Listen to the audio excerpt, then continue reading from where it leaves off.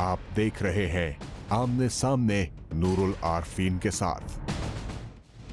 अस्सलाम वालेकुम नाज़रीन, मैं हूं नूरुल आरफीन सिद्दीकी और आप देख रहे हैं आमने सामने। आसमानों से फरिश्ते भी जो उतारे जाएं, वो भी इस दौर में सच बोलें तो मारे जाएं। सच का सबसे बड़ा फंडा ये है कि जब तक आप मेरे बारे में नहीं बोलते मुझे बहुत अच्छा लगेगा, लेकिन जैसे ही आपने ये काम शुरू किया मुझे आपके नाम तक से नफरत हो जाएगी। इसलिए ज़रूरी है कि सच बोलने वाला ऐसे दूर उफ्तादा मुकाम पर रहता हो जहाँ लोगों की नापसंदीदगी या उनकी मोहब्बत इवन उस तक पहुँचने ना पाए।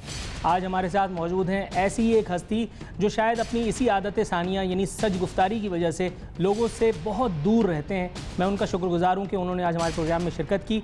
मैं बात कर रहा हूँ शायर, मुहक्किक, रिसर्चर, जर्नलिस्ट और न जाने क्या कुछ, जनाब हसन निसार साहब की। हसन साहब अस्सलाम वालेकुम। वालेकुम सलाम जी, बहुत मेहरबानी, thank you very much sir. Thanks for being in our show. Sir, मैं अपने प्रोग्राम का इख्तिताम से पहले, बल्कि इख्तिताम की बात कर रहा हूँ, अभी तो आगाज़ भी नहीं हुआ। सर मुझे ये बताइए कि आज हम जो कुछ देख रहे हैं उसमें किसका कसूर है? मेरा, आपका, हम सब का? मिन हैसुल कौम हमने कोई गलती की थी जो हम यहाँ तक पहुँच गए? और दूसरी बात, उससे भी पहले मैं आपसे एक बिलावल साहब का बयान शेयर करना चाह रहा था। फरमाते हैं दिन गिने जा चुके, नवाज शरीफ का इक़्तिदार करप्शन की वजह से डूब रहा है। ये तो बात ही ख़त्म हो गई सर। करप्शन के ऊपर जरदारी साहब या बिलावल साहब अब लेक्चर देंगे? अल्लाह अकबर। देखें, गुजारिश ये है, आपने ओपनिंग क्वेश्चन कह लें आपका ये था कि कौन कसूरवार है। एक मूवीज़ को कोट करना अच्छा नहीं लगता, लेकिन अगर कोई एक्सेप्शनली खूबसूरत बात हो तो देयर इज़ नो हार्म। एक फिल्म में एक किरदार दूसरे को कहता है, कुछ कसूर तुम्हारा था, कुछ कसूर मेरा था और कुछ कसूर हम दोनों का था। हमारा केस जो है वो अनफॉर्चुनेटली वाकई कुछ कसूर आपका है, कुछ मेरा है, कुछ हम सब का है, लेकिन बुनियादी तौर पे जो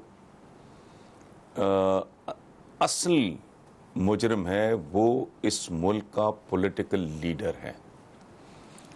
मुझे अक्सर लोग कहते हैं कि मैं बहुत ज़्यादा टारगेट करता हूँ पॉलिटिकल लीडर को, तो मैं उन्हें कहता हूँ कि देखो भाई, फौजी, जज, journal, journalist, bureaucrat, engineer, doctor, IT specialist, ये लोग ज़िंदगी में आगे आते हैं अपनी ताकत के बलबूते पे। जनरल अपने जोर पे बनता है, जज अपने जोर पे, डॉक्टर, इंजीनियर, जो मैंने पहले अर्ज किया। पॉलिटिशियन का जो है ना क्लेम टू ग्लोरी, वो सिर्फ ये है कि वो गदागर की तरह आपके पास आया और आपने उसे वोट की भीख दे दी और मेरे, आपके, इनके, उनके वोट के बलबूते पे वो हमारा रहनुमा बन बैठा, हमारी तकदीर की लगामें उसकी हाथ में चली गई। ठीक, इसीलिए उसकी रिस्पॉन्सिबिलिटी ज्यादा है। मुझे अगर कोई ब्यूरोक्रेट अगर हराम खाता है या परफॉर्म नहीं करता तो वो पब्लिक सर्वेंट है, मुझे गिला होगा, लेकिन वो बराह रास्त उस तरह मेरा नुमाइंदा नहीं है जैसे एक पॉलिटिकल आदमी।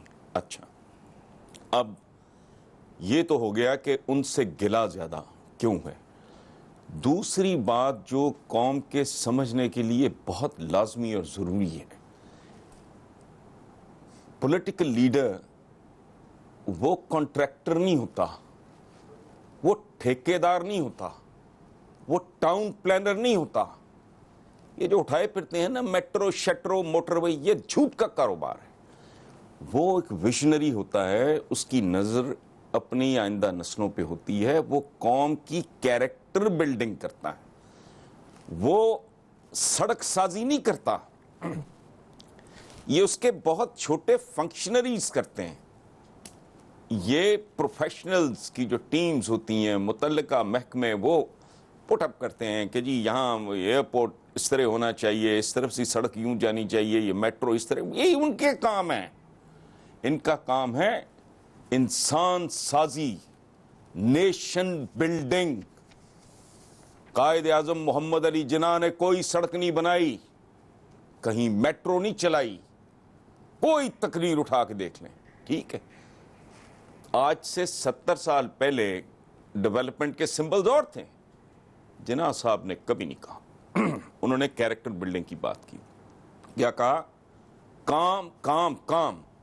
साख कैसी थी उनकी कि उनके बदतरीन दुश्मन ने कहा कि ही इज अनपरचेजेबल एंड इनकरप्टेबल। ना उसे करप्ट किया जा सकता है, ना उसे खरीदा जा सकता है। अब ये कौन है? तरक्की की झूठी दास्तानें सुनाने वाले ये इतने ढीठ हैं कि ये भूखे के सामने भी तकरीर शुरू कर देंगे और कोशिश करेंगे उसको कन्विंस कर लें कि उसका पेट भरा हुआ है। ये कदम कदम पे क्रेडिट के भूखे, ये बात बात पे। अब देखो, एक एक प्रोजेक्ट्स के कई कई बार ये इफ्तिताह करते हैं। अरबों रुपया जिस मुल्क में मैंने चंद दिन पहले पढ़ा है, मतलब डूब मरना मामूली बात है कि एक माँ बाप ने इसलिए दोनों ने खुदकुशी कर ली कि छोटी बच्ची के लिए दूध उसको देने के लिए उनके पास पैसे नहीं थे। ये है अलमिया। सर, मैंने आपकी पता कलामी हो रही है माजरत के साथ, वीरान मैंने हैं। पीपल्स पार्टी और मुस्लिम लीग दोनों के जब सुप्रीम कमांड तो मैं नहीं कहूँगा, लेकिन टॉप ब्रास से एटलीस्ट मैंने जब गुफ्तगू की है और मैंने इस तरह के केसेस उनकी नॉलेज में लाने की कोशिश की है, तो वो तो इस बात को सिरे से बाय नहीं करते। वो तो ये कहते हैं कि इस तरह की मैक्रो लेवल की चीज़ें जो है ना, माइक्रो लेवल की होती रहती हैं, इसको आप शुमार नहीं कर सकते। इससे इनके ठिगनेपन का अंदाजा लगाएं। ये बौने और बूझने जिनके नजदीक कैरेक्टर बिल्डिंग, कौम साजी, इंसान साजी माइक्रो है और मेट्रो चलाना मैक्रो है। खुदा की पनाह, खुदा जाने हमारे बुजुर्गों से कौन सी गलती हुई थी, कौन सा गुनाह सरजद। इस टाइप के लोग, मैंने कहा कि लीडर से, पॉलिटिकल आदमी से बंदा क्यों एक्सपेक्ट करता है, उसकी मैंने वजह बताई कि वो तो अवाम का सदका जहां भी होता है, अवाम के सदके वहां पहुंचता है। वो कोई सिविल सर्विस का इम्तिहान दे के नहीं आता।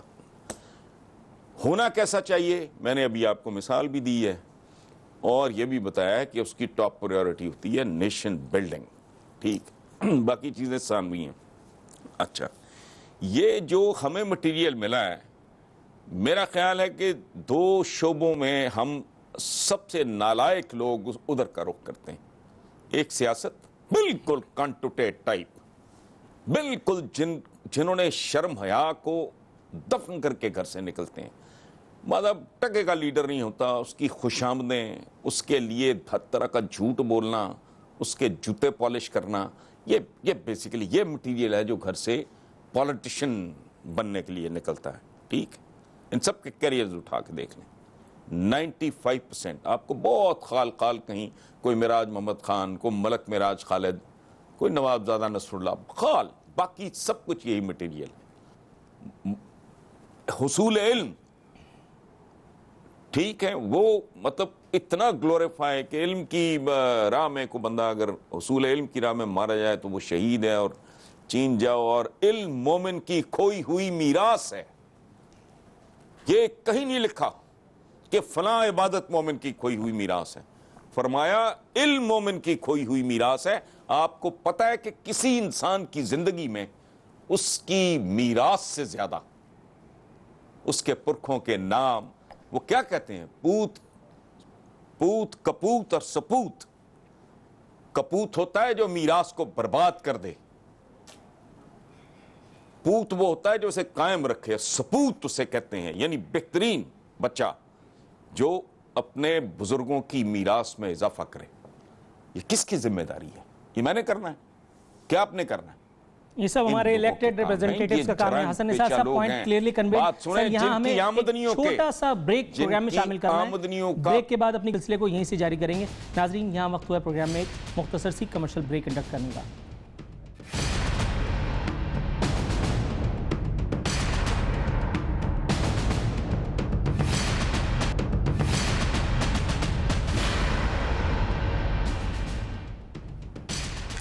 वेलकम बैक नाजरीन। बदस्तूर हमारे साथ मौजूद हैं हसन निसार साहब। हसन साहब, एक और बयान की तरफ आपकी तवज्जो दिलाना चाहूँगा। ये खबर बता रही है वज़ीर आज़म की मुमकिना नाअहली, दुरूद व सलाम का विर्द मरियम नवाज़ ने तस्बीह थाम ली, सदक़े के लिए दर्जनों बकरे मंगवा लिए गए और आगे लिखा हुआ है खुशामदियों ने रोज़े रखने की मन्नतें मान ली।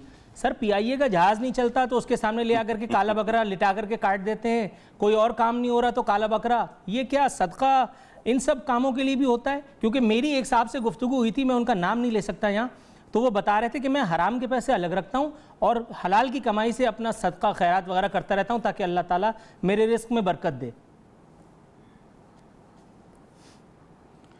देखें, ये हमारी इंटरप्रिटेशन जो है ना रिलीजन की, वो इसी तरह है कि हराम का पैसा जेब में डाल के ये हलाल गोश्त तलाश करने निकलते हैं। हम तो वहाँ पहुँच गए हैं जहाँ हज और उम्रा स्पॉन्सर होता है रिश्वत के तौर पे। हैरान कुन बात है। वैसे यही मेंटालिटी, यही इनका लेवल है। ये जो आपने कहा ना PIA का वो जहाज़ टेक ऑफ करने से पहले तो काले बकरे ज़िबा किए गए, मैं हैरान हूँ वाई काला। कभी प्रोब करके देखें, इसके पीछे सारा हिंदू मत है।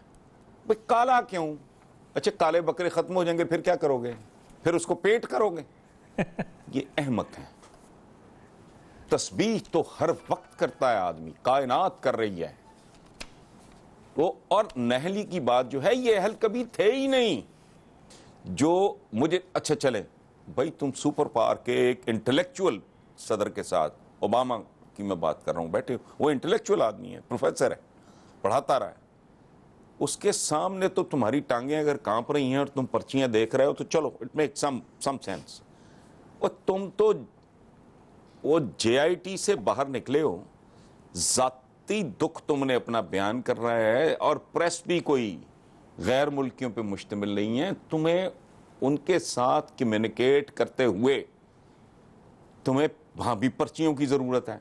बेगम आबदा हुसैन का भी रिसेंटली एक ग्लोबल एज, एक इंग्लिश मैगजीन है, मैं भी उसके लिए कंट्रीब्यूट करता हूँ, उसमें इंटरव्यू है कि जब ये दूसरी बार माजूल हुए तो मैंने कहा कुछ उंज भी रामा औखियां सन, कुछ गल विच गमदा तौक भी सी, कुछ शहर दे लोग भी जालिम सन, कुछ सानू मरंदा शौक भी सी।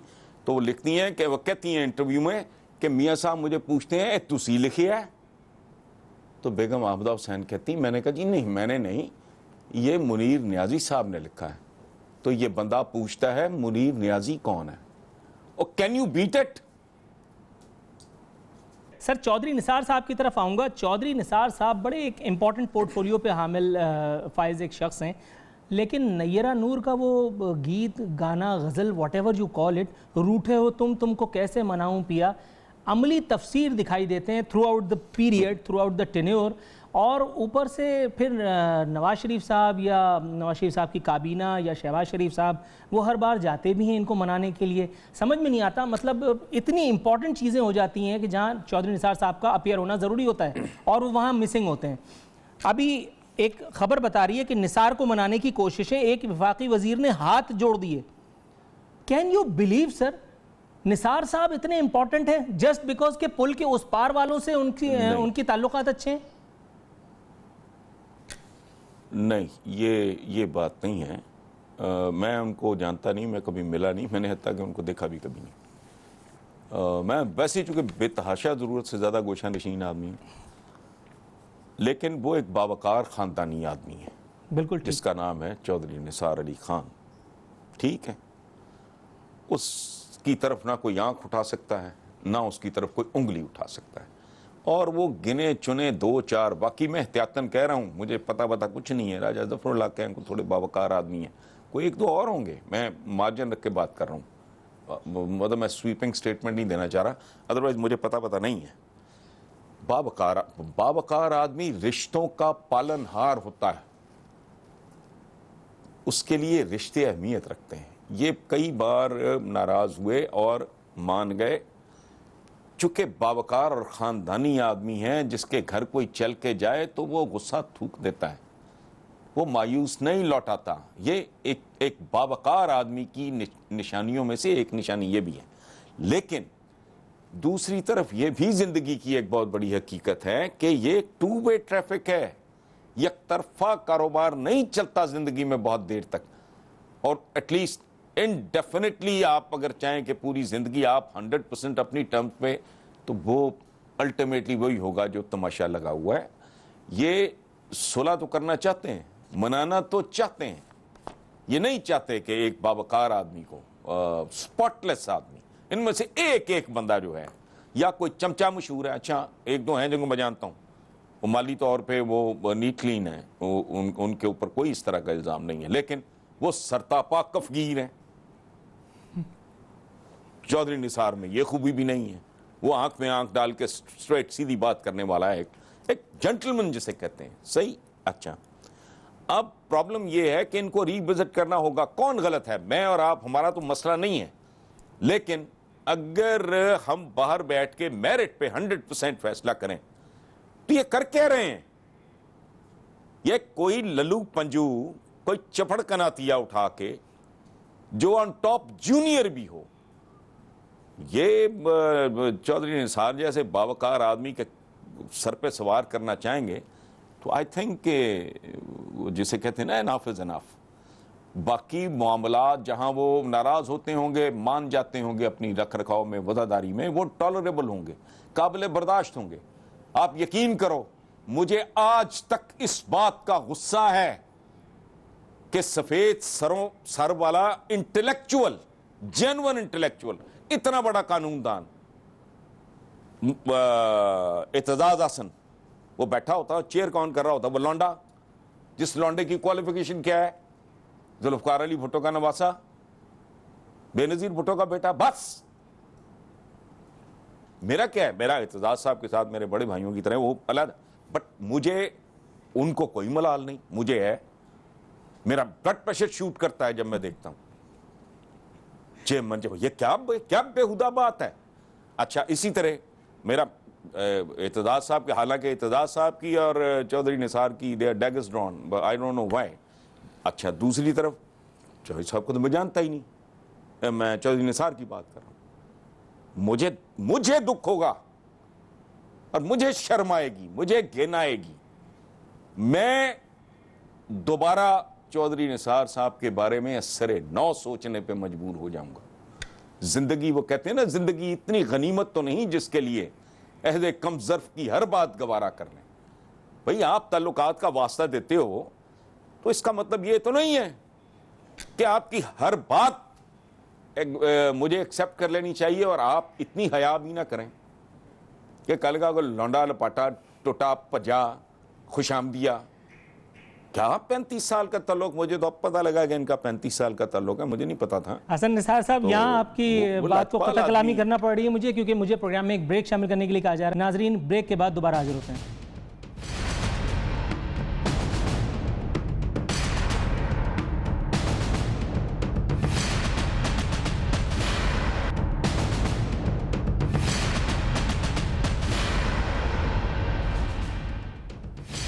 वेलकम बैक नाजरीन। बात हो रही है हसन निसार साहब से। हसन निसार साहब, वक्त अगर बुरा आए तो साया भी साथ छोड़ देता है, ये मिसाल तो सभी ने सुन रखी है। इस एक वक्त में जो तमाम लोग तनकीद के डोंगरे बरसा रहे हैं नवाज शरीफ साहब पर, पीपल्स पार्टी भी मौका मुनासिब देख करके और तनकीद फरमा रही है। फरमाते हैं वज़ीर आज़म ने हर इदारा मुतनाज़ बना दिया, हमारे वज़ीर आज़म ने अदालतों के सामने सर तस्लीम खम किया। अच्छा, ये मुझे बताइए सर, इन्होंने सर तस्लीम खम किया, ओके, लेकिन ये क्यों नहीं बताते कि इनका एक वज़ीर आज़म तुर्क सदर से मिलने वाला जो हार था वो भी घर ले गया, और उसके बाद जब रौला पाया तो उसके बाद वो हार भी ऐसी तफाखुर के साथ उसने वापस किया जैसे हम पर और हमारी 7 पुश्तों पर एहसान फरमाया हो। देखें, ये कहानी तो अगर आप पीछे चले जाएं तो फिर सरे महल तक चली जाएगी। फिर एक और जो मोहतरमा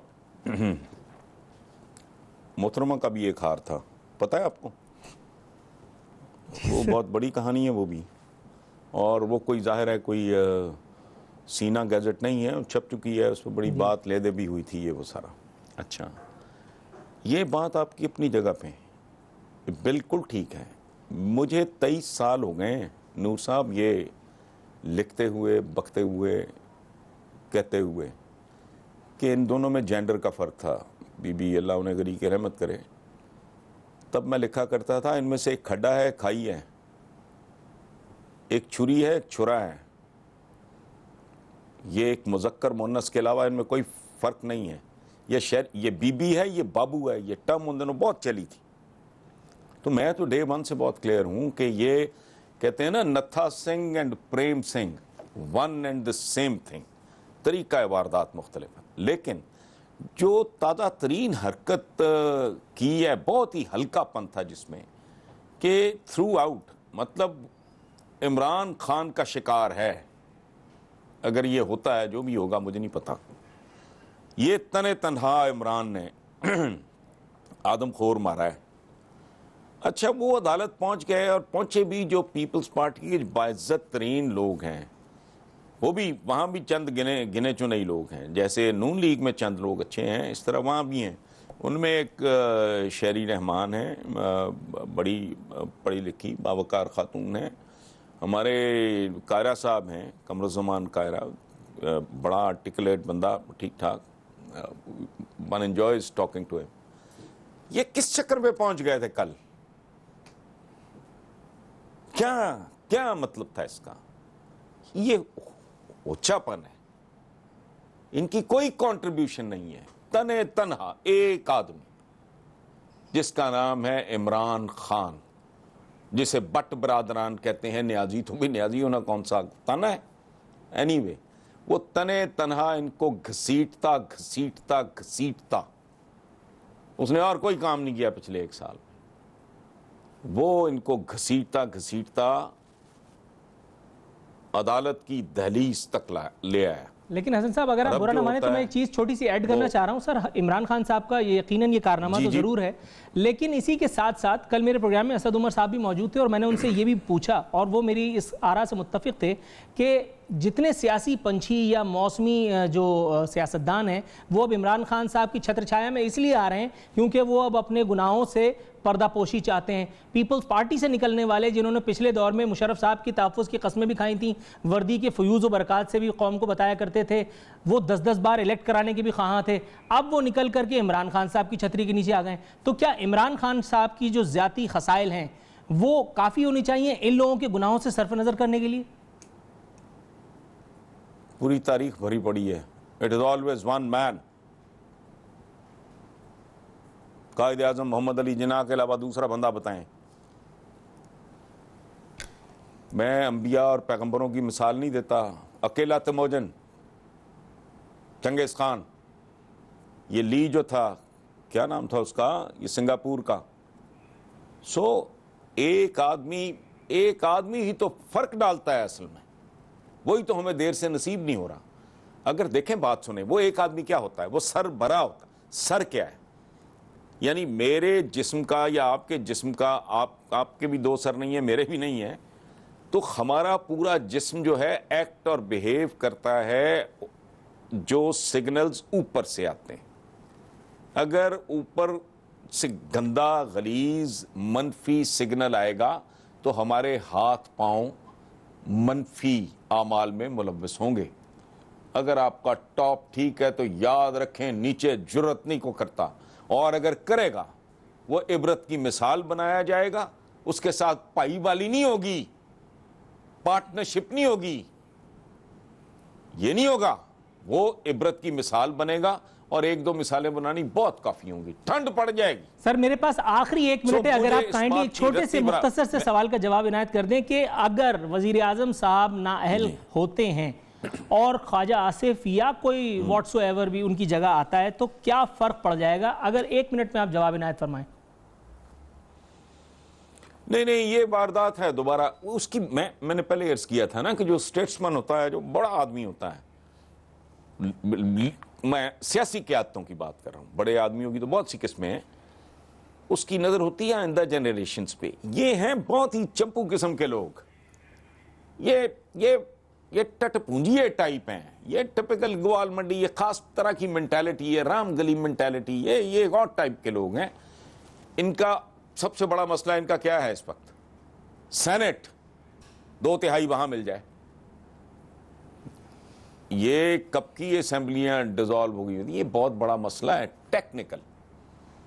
इनकी नजर कोई हमारी जनरेशन्स पे नहीं है। मुल्क शुल्क का तो खाता ही कोई नहीं। और जिनके खरबों रुपए बाहर पड़े हैं, कोई अंधा कोई पागल, कोई रिटार्डेड होगा जो इनकी हुब्बुल वतनी के आगे सवालिया निशान नहीं लगाएगा या किसी सियाने से नहीं पूछेगा ये वारदात क्या है, ये हो क्या रहा है।